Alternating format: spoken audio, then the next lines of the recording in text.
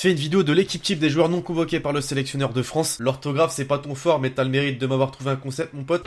J'espère que vous allez bien l'équipe. Aujourd'hui une nouvelle vidéo un petit peu particulière, pas du tout, c'est un petit peu comme on avait fait avec Zidane la semaine dernière lorsqu'il a rejoint le Real Madrid. Une vidéo tout simplement suite à la liste de Deschamps pour les matchs de qualification à l'Euro 2020. Cette liste que tu vois ici, cette liste qui a fait beaucoup parler. Pourquoi? Parce qu'elle en a déçu plus d'un déjà, moi pour commencer, mais surtout vous sur les réseaux sociaux. Vous étiez super nombreux à avoir été déçus de ne pas voir certains joueurs. Et justement là maintenant, mettez-moi un petit commentaire sur ce qui vous a déçu dans cette liste de Didier Deschamps. Même si bon pour le coup, comme je l'ai dit la dernière fois, faut faire confiance à Dédé. Bah oui, Dédé quand même. Champion du monde, Giroud, 0 but, ça a été suffisant. Bref, c'est parti pour cette vidéo qui est sponsorisée bien évidemment par OneFootball, cette application où tu peux suivre toute l'actualité du foot. Le lien, comme d'habitude, est dans la description. Alors bien sûr la team, quand je dis les joueurs bannis, c'est plutôt les joueurs absents, oui, parce que des bannis, bon là par exemple il y en a un sur le banc de remplaçant, Benzema, bien évidemment que ça ne servait à rien de le mettre dans cette équipe puisqu'on sait qu'il ne retrouvera jamais l'équipe de France, du moins sous l'ère Deschamps, concrètement. Et faites pas attention non plus à ça, ouais ça, ce 5-2-1-2, en fait avec les joueurs que je vais vous mettre dans cette équipe, c'est limite le seul dispositif que je peux utiliser, donc on est parti dans les cages. Le gardien du Montpellier héros, Benjamin Lecomte, effectivement les amis, alors certes il a déjà été sélectionné par Didier Deschamps, mais ne fait pas partie de cette dernière liste. Alors t'as beau être Marseillais, pas Marseillais, franchement avouez que Steve Mandanda est cramé. Du moins cette saison est catastrophique pour lui, en témoigne son match contre le Paris Saint-Germain. Quel arrêt.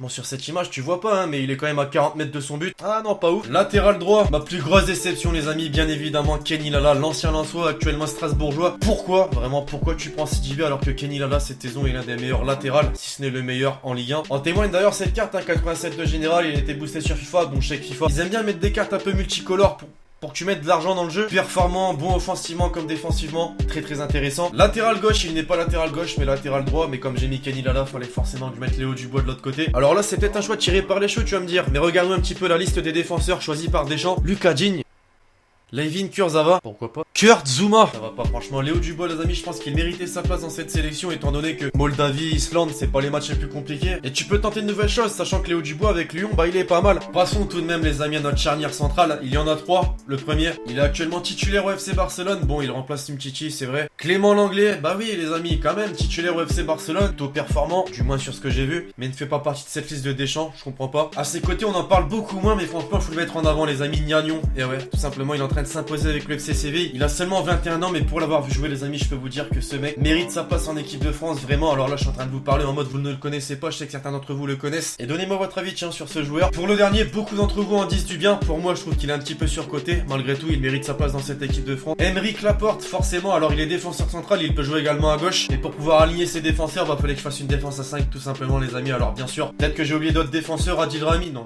bah non. Je pense pas avoir oublié de défenseurs, mais dites-moi votre avis dans les commentaires tout de même. On va passer au milieu, le premier pour commencer, Adrien Rabiot. Alors la particularité de ce joueur c'est qu'il ne joue plus avec le Paris Saint-Germain, le mec a été mis à pied plus de fois qu'il n'a vu les demi-finales de la Ligue des Champions avec le PSG. C'était méchant là non? Quoi qu'on dise les mecs, Adrien Rabiot fait partie de ces joueurs bannis par Deschamps.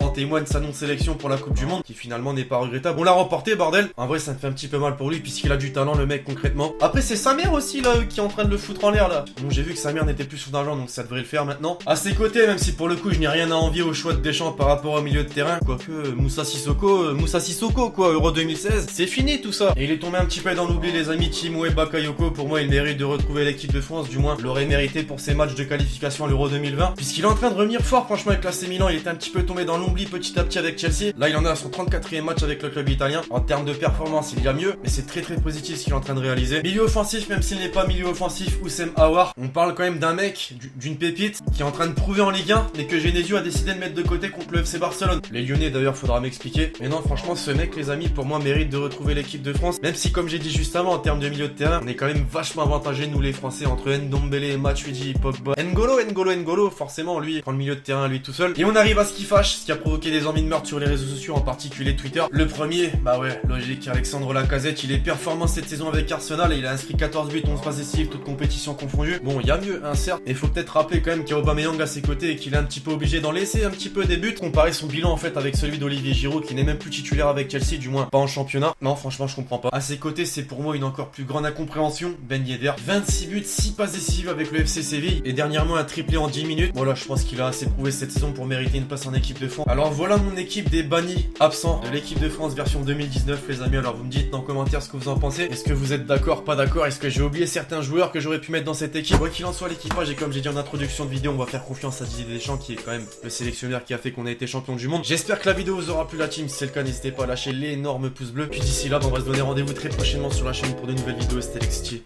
Ciao ciao.